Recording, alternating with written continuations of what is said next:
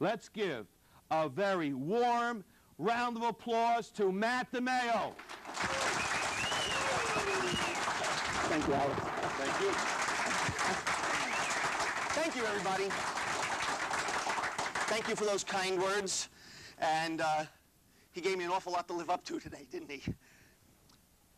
You know, I was here just a couple of weeks ago for the first time to see this marvelous place and to have an opportunity to meet several of you.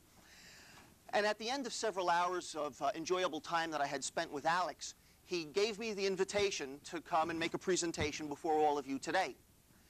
And I was immediately struck with two different feelings. The first, I was quite flattered. He told me about the caliber of other speakers that he's had. He's shown me the things that you have all aspired to, and I was very flattered to be invited to be a guest speaker here.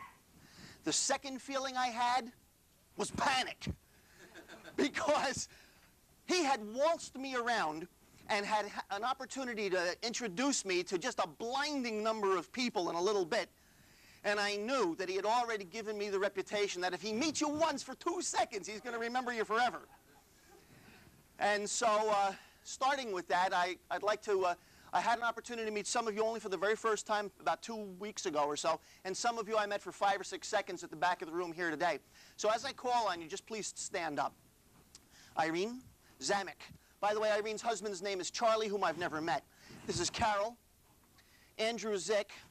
Of course, Alex. Walter, I just surprised the heck out of him. I met Walter just a moment ago. And Alex, if you could just stay standing, if you, just, you can grab a seat. Walter, just stand up. This is John. Nate I haven't met, but I heard her name announced in today's meeting. When I first met John, the electrician, he was standing on a ladder. I didn't even have a chance to shake his hand. He was standing on a ladder with wires hanging out of the ceiling. Let's see, who have I had an opportunity? Who else have I? I met Doc over by the copy machine earlier.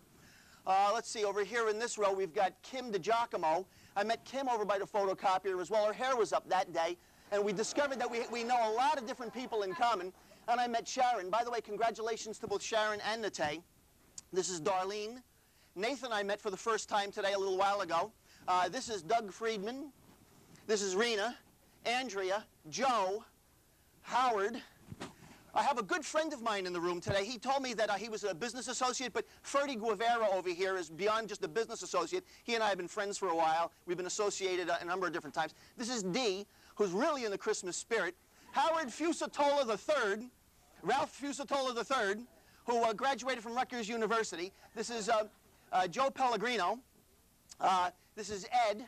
Let's see, there's Dr. Gary over here. Who's in the back? We got Pat Giorgio. As a matter of fact, I had only met Pat one time a couple of years ago with another company, Guy Santaramo. Now, it's easy for me to remember that, but you know what? His birthday is June 14th.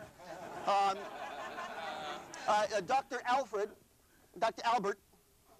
And, oh, by the way, you may find it easy for me to remember Andrew's name. However, his license plate is USI 03B, and it's a Florida plate. He drives a Jaguar Vandenpla.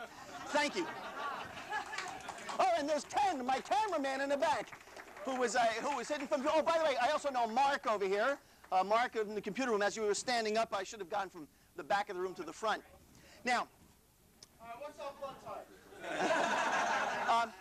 Without my glasses, it's hard to see. Is that John over in the back, the printer? John, I didn't even have a chance to shake your hand because when I had seen you, your hands were completely covered with printer's ink. Now, let me ask you a question. How many of you have ever met somebody and 5 minutes later you can't remember their names?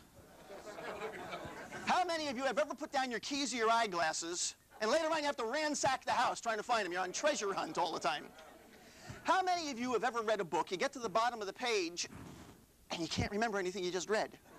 It's like I'm peeking in your window, isn't it? Well, today we are going to have an understanding of how to learn things quicker. This is not just about memory. It's about how to learn things at incredible rates of speed.